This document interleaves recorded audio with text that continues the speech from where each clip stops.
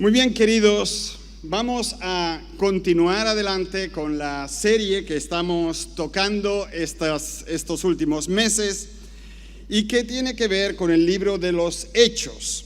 Hoy el texto que tenemos tiene que ver con un hijo de consolación, con Bernabé. Os invito a que abráis vuestras Biblias en los Hechos capítulo 9 y voy a leer desde el versículo 26 al 31. Dice así la palabra del Señor. Cuando llegó a Jerusalén trataba de juntarse con los discípulos, pero todos le tenían miedo, no creyendo que fuese discípulo. Se está hablando aquí de Pablo. Entonces Bernabé, tomándolo, lo trajo a los apóstoles y les contó cómo Saulo había visto en el camino al Señor, el cual le había hablado, y cómo en Damasco había hablado valerosamente en el nombre de Jesús. Y estaba con ellos en Jerusalén, y entraba y salía, y hablaba denodadamente en el nombre del Señor, y disputaba con los griegos, pero estos procuraban matarle. Cuando supieron esto los hermanos, le llevaron hasta Cesarea y le enviaron a Tarso. Entonces todas las iglesias tenían paz por toda Judea, Galilea y Samaria, y eran edificadas, andando en el temor del Señor, y se acrecentaban fortalecidas por el Espíritu Santo. Es más que posible que en algún momento concreto de tu pasado haya existido alguna persona especial que te haya impactado de tal manera que hoy eres lo que eres gracias a esa persona. Y estoy hablando en positivo. Para algunos puede ser aquella persona que te enseñó tu oficio, para otros un maestro que creía en ti, o alguien que se tomaba el tiempo para enseñarte bien. Para otros tal vez fue uno de los padres que lo afirmó en su personalidad y lo impactó más allá de lo que parece a primera vista. Y por supuesto que también puede existir el lado oscuro de tu historia, de todas nuestras historias. Algunos quizás seáis personas tímidas, retraídas o inseguras porque alguien importante os rechazó, porque alguien a quien estimabais muchísimo os dijo que no estabais a la altura. Esas personas drenaron tu personalidad y con ello tu entusiasmo por la vida. En nuestro texto en esta mañana vamos a observar a un hombre que era el tipo de persona que a cualquiera le gustaría tener como amigo. En Hechos 4:36 descubrimos que el verdadero nombre de esta persona que vamos a tratar, de este Bernabé, era José, pero la gente lo llamaba Bernabé, que significa hijo de consolación. Es un mote increíblemente positivo. Yo de lo más que me acuerdo son otros como Juana, la loca, Iván, el terrible, Carlos II, el hechizado, Isabel II, la chata. Y de los motes que tenían mis amigos o que me pusieron a mí, no os diré nada. No os diré nada. Pero cuando escuchamos por primera vez de este hombre, él había vendido un campo que tenía y había entregado el producto de la venta a los apóstoles para que estos, a su vez, pudiesen ayudar a los necesitados. No era un hombre que viviese para la galería. Este hombre era real. La próxima vez que encontramos a Bernabé en Hechos es precisamente en este capítulo. Pablo ha pasado por una conversión increíble, por eso nadie se la creía. Ha pasado por una transformación real y en la carta a los Gálatas se nos dice, Pablo mismo lo dice, cuando Dios que me apartó desde el vientre de mi madre me llamó por su gracia, y empieza a contar y dice, 3 años después subí a Jerusalén para conocer a Pedro y estuve con él 15 días. Los primeros años después de su conversión, Pablo se quedó en el anonimato En algún momento de ese tiempo estuvo en Arabia, luego volvió a su casa y pasados esos 3 años Pablo va a Jerusalén para encontrarse con los líderes de la iglesia y se nos dice que cuando él intenta en Jerusalén juntarse con los líderes de la iglesia, nadie quiere juntarse con él. El texto original indica que Pablo hizo muchos esfuerzos para reunirse con los líderes de la iglesia, pero fue rechazado porque, por supuesto, no confiaban en él. Eso nos puede parecer ahora mismo una tontería, pero ponte en su lugar. ¿Hubieras tú confiado en Pablo? Esta era la misma persona que había perseguido y que había encarcelado a muchos miembros de la iglesia. Inclusive es probable que fuese responsable de la muerte de alguno de los familiares o amigos de aquellos cristianos. Habían asistido demasiadas desgracias por culpa de Pablo.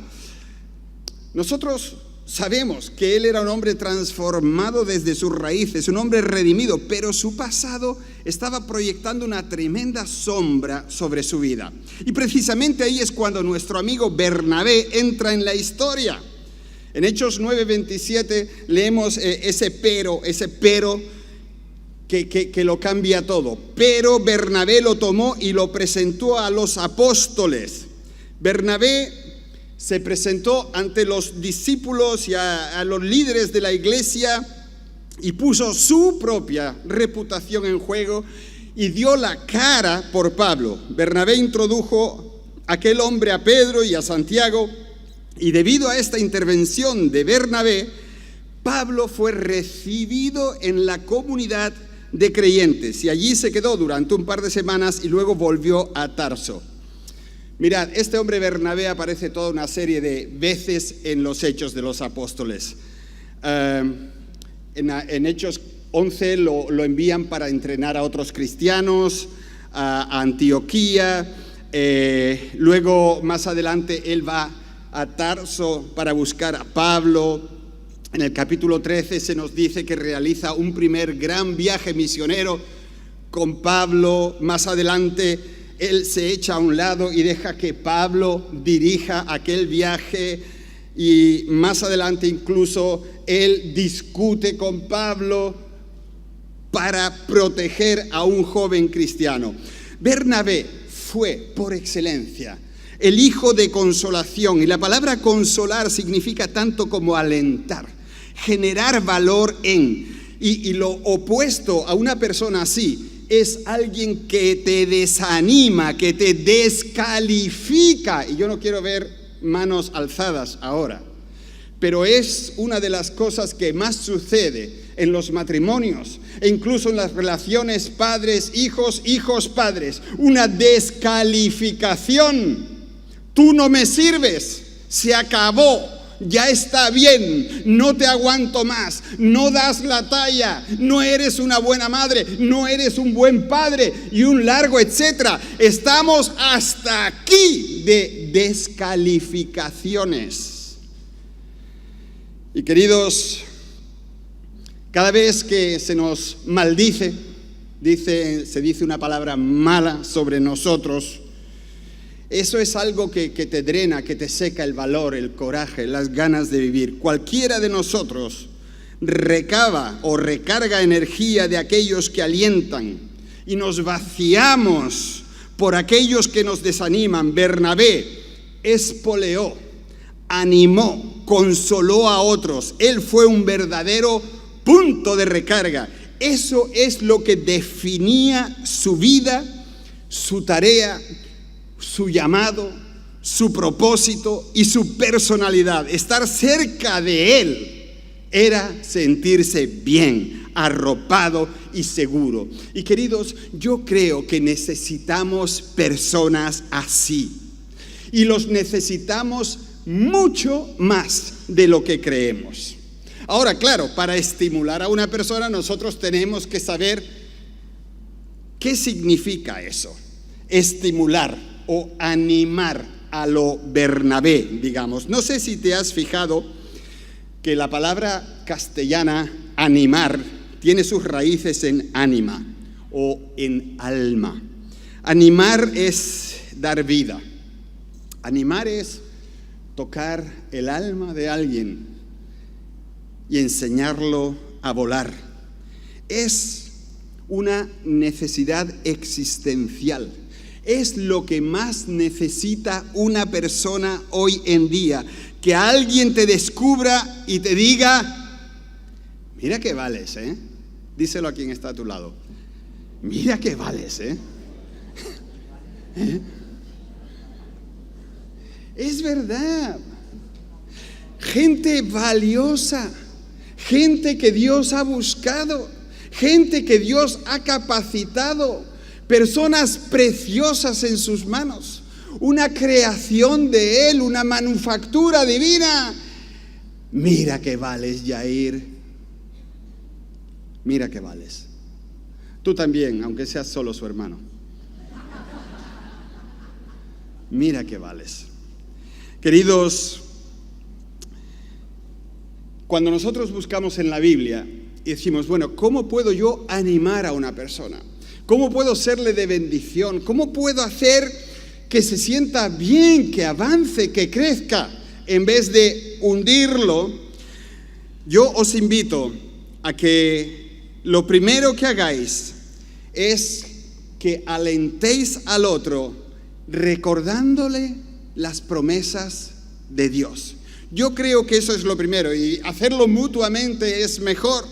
Si visitas a alguien, por ejemplo, que está muriéndose, una de las mejores cosas que tú puedes hacer es leerle de las Escrituras las grandes promesas que Dios da en cuanto, como leí el otro día, cerrar los ojos aquí es abrirlos allí, pero con una inmediatez total. La palabra de Dios da fortaleza. Cuando compartimos las promesas de Dios, estamos alentando al otro. Un consolador es alguien que cree y afirma las promesas de Dios, no solo para él, sino precisamente para aquellos que más lo necesitan. En Proverbios 4:22 leemos cómo actúa la palabra de Dios. Dice: porque son vida a los que las hallan y medicina a todo su cuerpo. ¿Quién dice aleluya? Es tan bueno, es tan bueno. Y para el que duda, Hebreos 6:19 dice: tenemos segura y firme ancla del alma. Oh, la Biblia da unas promesas, queridos, que van mucho más allá de lo que tú puedas entender, creer y a veces hasta aceptar. Y mira, cuando tú le das a alguien una promesa de parte del Señor, no lo que se te ocurra a ti, por favor, lo que pone la Escritura, tú estás aplicando ungüento, tú estás aplicando medicina a un alma que tú puedes estar seguro de que la necesita, porque si no, Dios no te pone esa palabra para esa persona.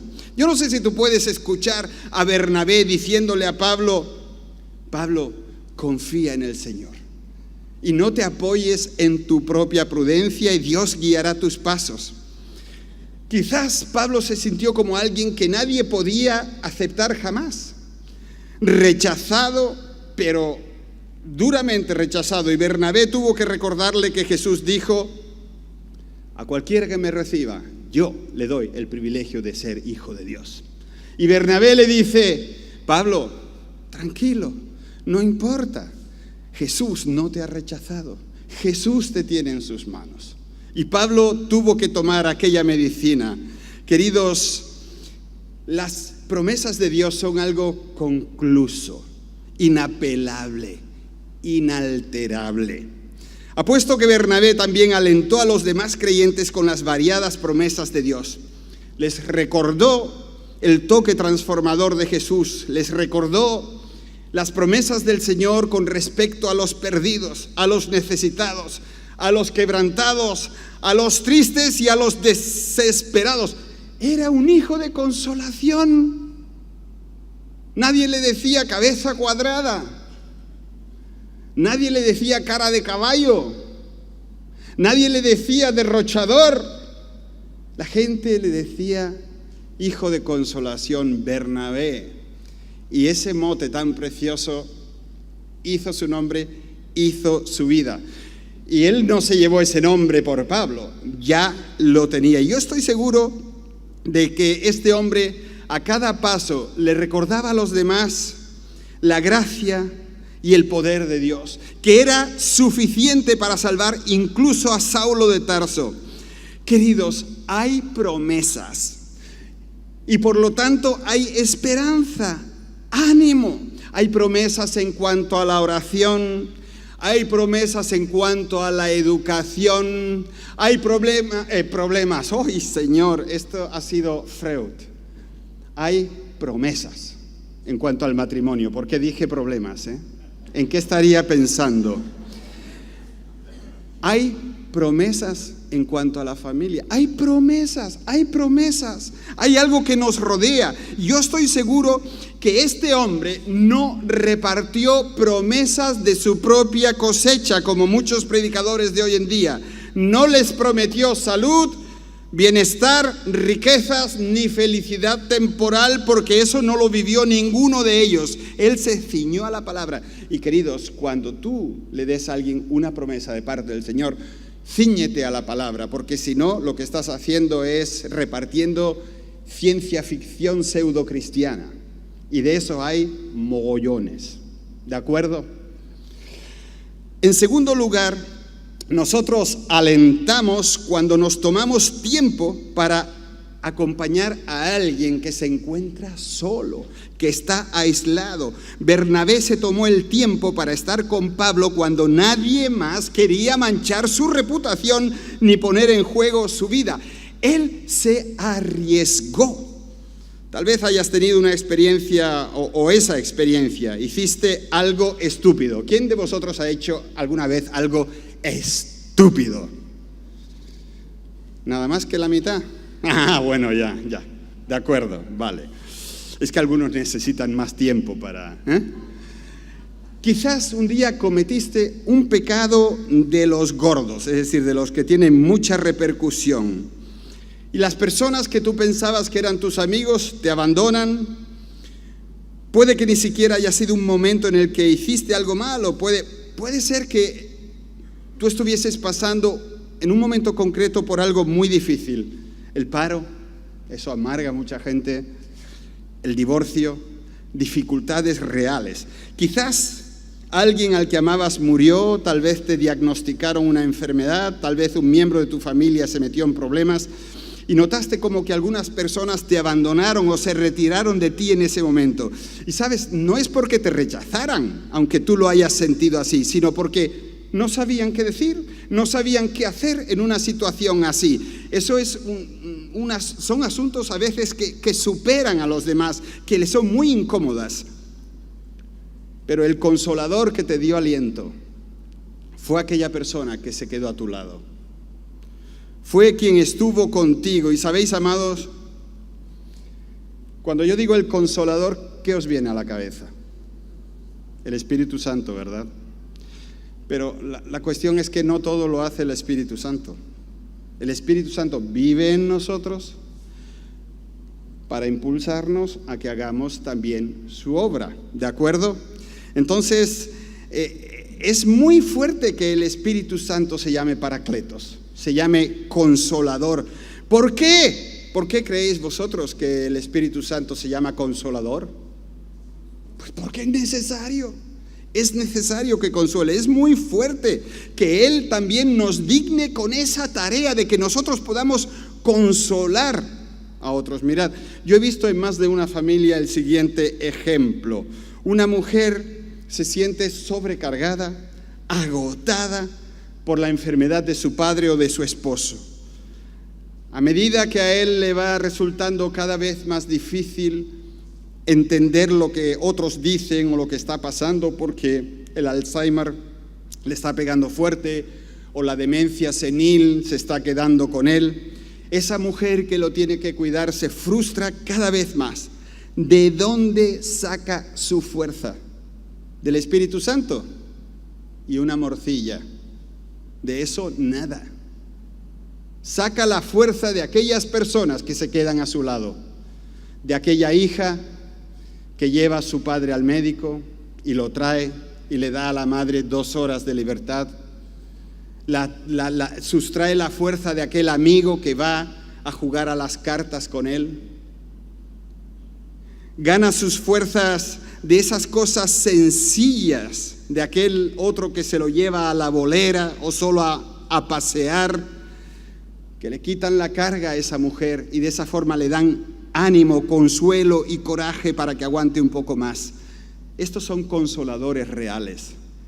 Tómate el tiempo para acompañar al otro. Tómatelo. Bernabé se lo tomó. En tercer lugar, alentamos a los demás cuando pasamos por alto una ofensa. Eso es tremendo, ¿eh?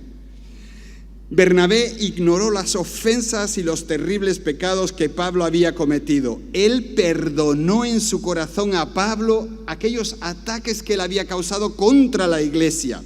Yo me imagino que otros demandarían castigo, distancia, pero Bernabé no lo hizo. Él perdonó a ese nuevo creyente asumiendo el hecho de que Dios ya lo había perdonado. Y queridos hermanos, con respecto al perdón somos a veces más papistas que el Papa.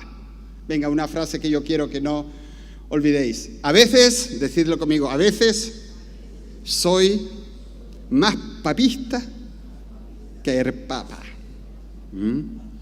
Que sí, que sí.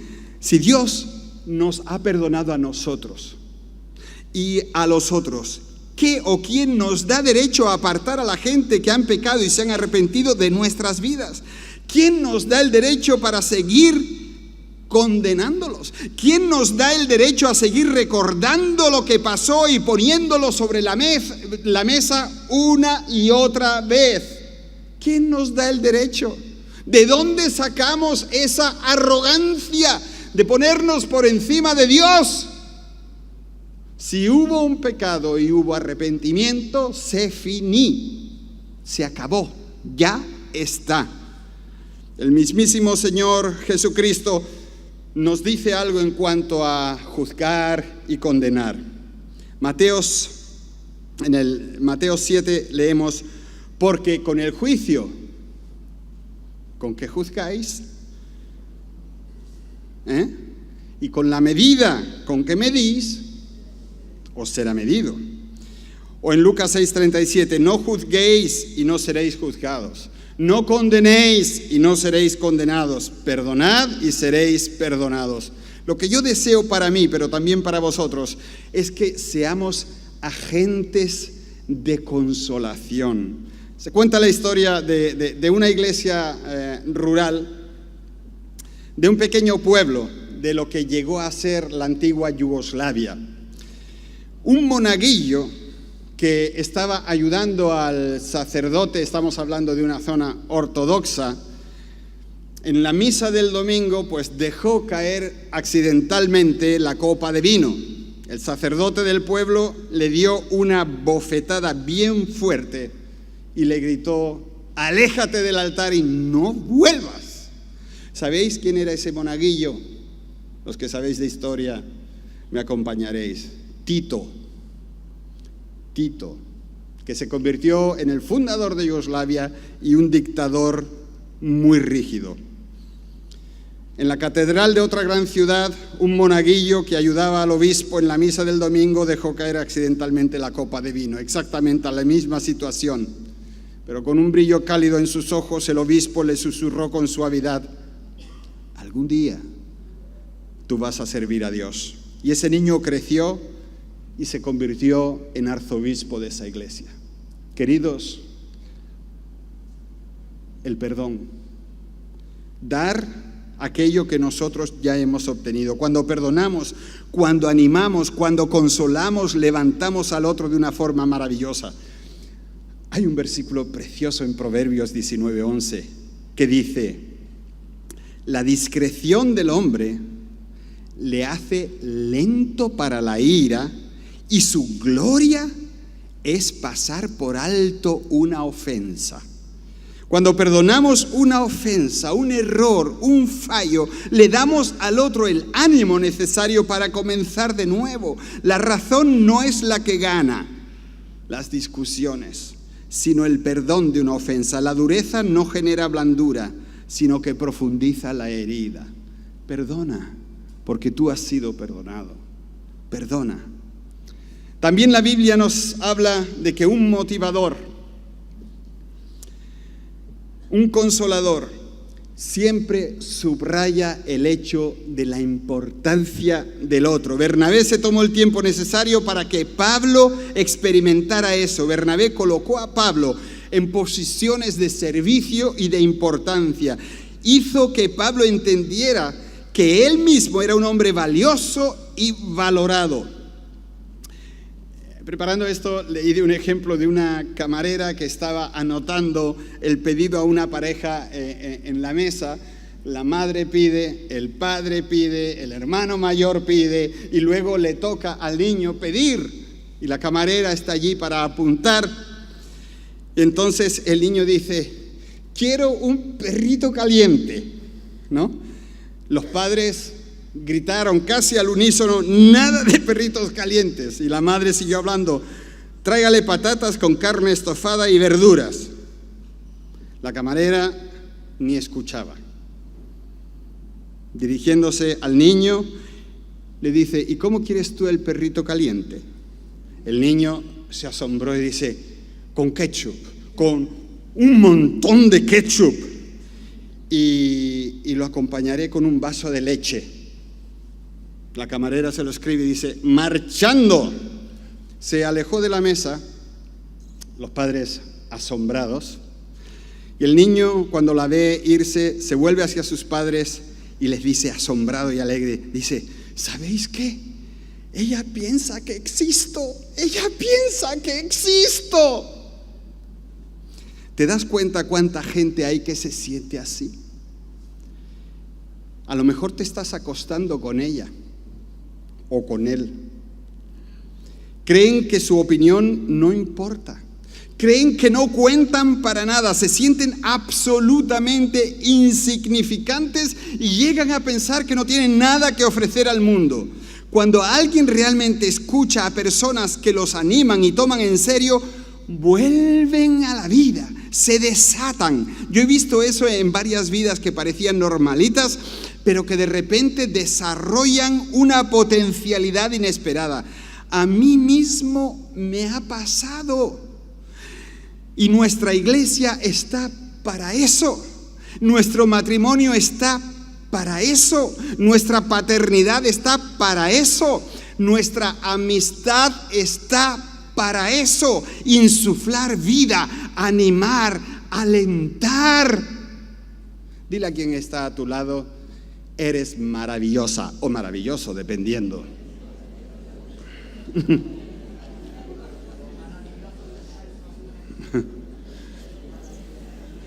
Oye, luego no le preguntes, ¿fue eso una declaración? Porque por ahí no vamos, ¿no? Bernabé fue un consolador. Se juntó con Pablo cuando los demás pasaban totalmente de largo.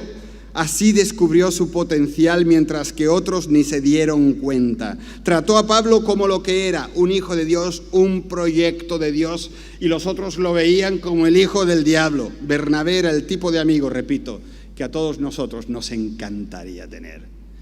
Qué alegría tener un amigo así. Ahora, ¿cómo podemos nosotros convertirnos en consoladores? ¿Lo dejo para la semana que viene o lo digo ahora? ¿Ahora? De acuerdo. ¿Quién está porque lo diga ahora? ¿Quién está porque lo diga la semana que viene? Puedes salirte. Y te oyes la grabación. Un par de ideas sobre cómo podemos ser mejores consoladores o animadores. ¿Cómo podemos hacer a los otros partícipes de un regalo que quizás nosotros mismos ya hayamos recibido? ¿Sabéis? La consolación es una forma de bendición.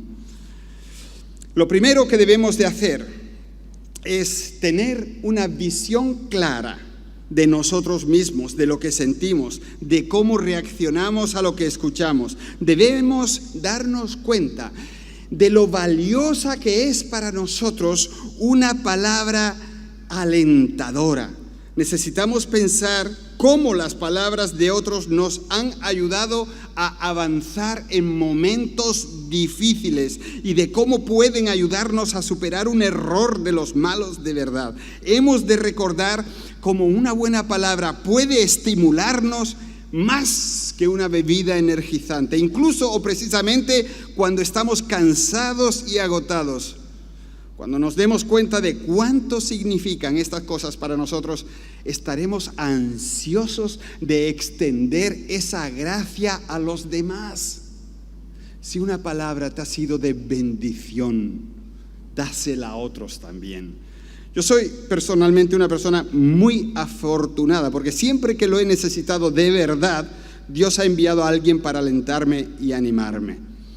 Mi primera iglesia, y claro, ahora la tengo muy cerca del corazón otra vez porque he estado allí, he estado predicando y los he visto a todos, pero la primera iglesia donde mi hermana y yo estuvimos en Weiblingen fue una iglesia que creyó en mí y me envió a una facultad teológica. Bueno, yo creo que creyó en mí, no que me quitaron de en medio, ¿no? Porque eso cualquiera sabe, ¿no?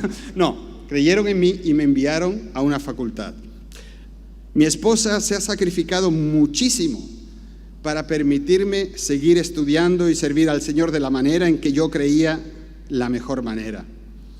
A veces he recibido WhatsApps de otra parte del mundo que me han alentado, o alguien que me dice que el mensaje lo ha ayudado, o alguien que simplemente me ministra sin darse cuenta. Y esos mini momentos me mantienen vivo. Si recuerdo ese hecho, tal vez pueda generar yo mismo un momento así para el que está necesitando consolación. Al mirarnos a nosotros mismos también debemos de recordar, queridos, lo que somos. ¿Y qué somos? ¿Qué somos cuando miramos en el espejo? ¿Qué vemos? Un pecador, una pecadora, redimidos, ¿vale? Siempre debemos recordar que somos imperfectos, no hacemos todo bien, ni mucho menos. Todavía pecamos, todavía tenemos días malos. Y si recordamos nuestra debilidad, será mucho más fácil que pasemos por alto las debilidades de los demás. Pablo, ¿qué decía de él mismo? Yo soy el primero de los pecadores, el peorcito. Una visión humilde y muy realista para cada uno de nosotros. Comparte tus luchas con los otros. A veces lo más alentador que puedes hacer por alguien es hacerle saber que no estás solo en la lucha. A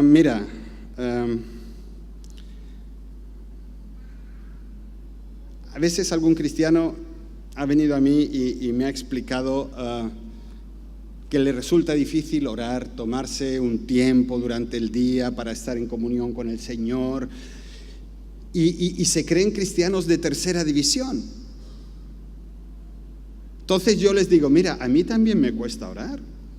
Yo no soy un intercesor de hierro de estos de 5 horas al día y de siempre machaca y dale, y eso más bien mi mujer.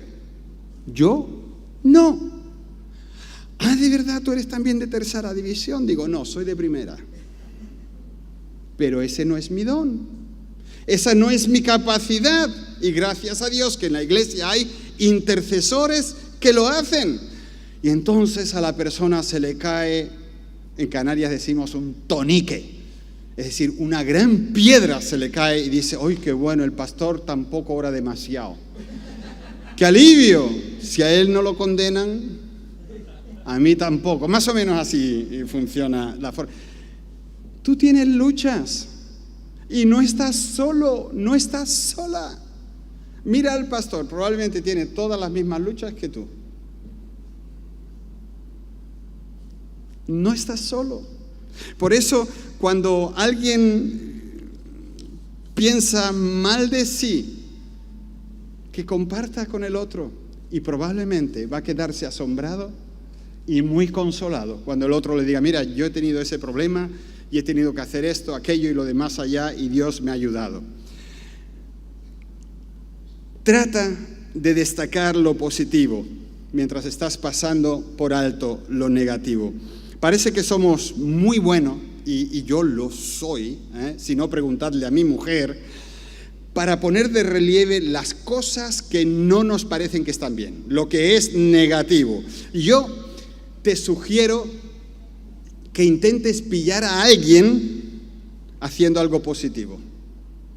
Y cuando lo pilles o la pilles, dícelo.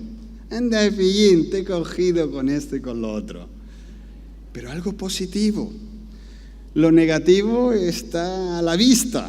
Cuando Jesús le dijo a Simón, tú eres Pedro, y sobre esta roca edificaré mi iglesia. ¿Vosotros qué creéis cómo se sintió Pedro? Si era un fracaso total, había negado al Señor, etcétera, etcétera, etcétera, etcétera. Y va el Señor y le dice, tú eres Pedro, no vea, yo soy Pedro y sobre mí, no vea, sí, así. Oye, qué bien, ¿no? Cuando le dijo a Pablo que hablaría de Cristo incluso a reyes, no solamente le estaba dando una palabra profética, sino que le estaba expresando el potencial que había en Pablo y que Pablo probablemente desconocía. Yo, Pablo, que estoy derramando la sangre cristiana, yo voy a testificar de ti incluso ante reyes. Sí, lo bueno, lo positivo, destaca lo bueno. Cuando el profeta Samuel ungió a David, le estaba dando la seguridad de que pasara lo que pasara, él era el escogido de Dios y el futuro rey. Cuando tú dices algo positivo a una persona que naturalmente sea verdad, esa persona despierta muchas veces a una realidad que antes nunca había visto. Mira esta frase española, es una frase muy bonita, a mí me encanta. Dile a una mujer 3 veces que es guapa y lo será. Es así. No es ni más ni menos que una verdad bíblica. No se trata de manipulación, sino de destacar, de desatar y a veces de desatascar lo que ya está ahí, lo positivo en un carácter. Si tú destacas lo bueno de tu mujer o de tu marido, tú vas a cosechar lo mejor. Si tú destacas lo malo, tú vas a cosechar lo peor.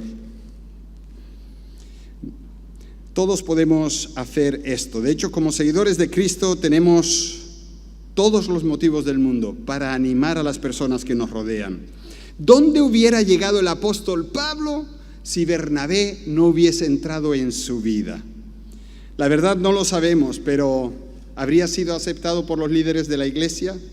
¿Hubiera acometido sus viajes misioneros? ¿Hubiera escrito casi la mitad de los libros del Nuevo Testamento? No lo podemos saber con certeza. Lo que sí sabemos es que Pablo llegó a ser un gran líder en la iglesia y el principal misionero de los gentiles. Él fue, Bernabé, la herramienta de Dios para hacer de un paria el más gran misionero de la historia.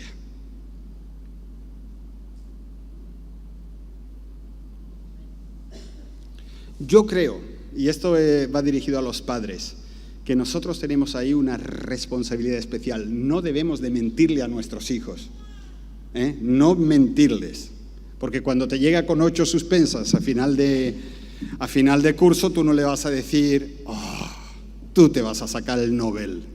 Eso es una mentira, porque si no da el callo no va a ir a ninguna parte. Pero tú puedes hacer de tu hija una mujer hermosa. Tú puedes hacer de tu hijo un chico seguro de sí mismo, porque tú destacas lo bueno que Dios ha puesto en él, lo hermoso que Dios ha puesto en ella. Imagínate que tus palabras de confirmación cambian a alguien para bien. Imagínate que tu amabilidad conduzca a alguien a Jesús. Imagínate que el consuelo que le das a alguien le salve la vida. Y quién sabe si esa amabilidad tuya va a llevar a esa persona a Cristo, que va a cambiar el mundo. Nunca lo sabremos, por supuesto, hasta que hagamos el esfuerzo. Y cuando acabes de imaginarte algo así, hazlo, porque los resultados te pueden dejar asombrados. Permitidme que lo recuerde o lo repita. Yo creo profundamente que animar a otros, ser hijos de consolación, tal y como lo hemos expuesto hoy, es una de las grandes necesidades de nuestra sociedad actual. Nuestros hijos en las escuelas sufren desánimo. Los estudiantes en la universidad, otro tanto. Las personas en su trabajo también. Los cónyuges en sus matrimonios. Los hijos frente a sus padres. Los padres frente a sus hijos. Cuánto desánimo nos bombardea, pero cuánto ánimo podemos nosotros dar a los demás, siendo reales, siendo verdaderos. Decídete a emular a Bernabé. Decídete. Hazlo como él lo hizo. Conviértete en un hijo de consolación. Ayuda a levantar al caído. Y a ti, hermano o hermana, que no vives la consolación. Tú sabes que tu esposo no vendrá a animarte, que tu jefe no se dará cuenta de lo bien que trabajas. Tú sabes que tu padre va a seguir pasando de tus esfuerzos. Tú sabes que tus hijos no van a ver que te estás partiendo el lomo por ellos. Permíteme que te despida hoy con una promesa de la palabra de Dios, para ti que no recibes consolación. Salmo 55, 22. Echa sobre el Señor tu carga y Él te sustentará. No dejará para siempre caído al justo. Cuando ya no hay nadie, cuando el ánimo fracasa, dirígete al Señor y reclama su promesa. Lo que nos trae el futuro con Dios es lo mejor. Que Dios os bendiga. Amén.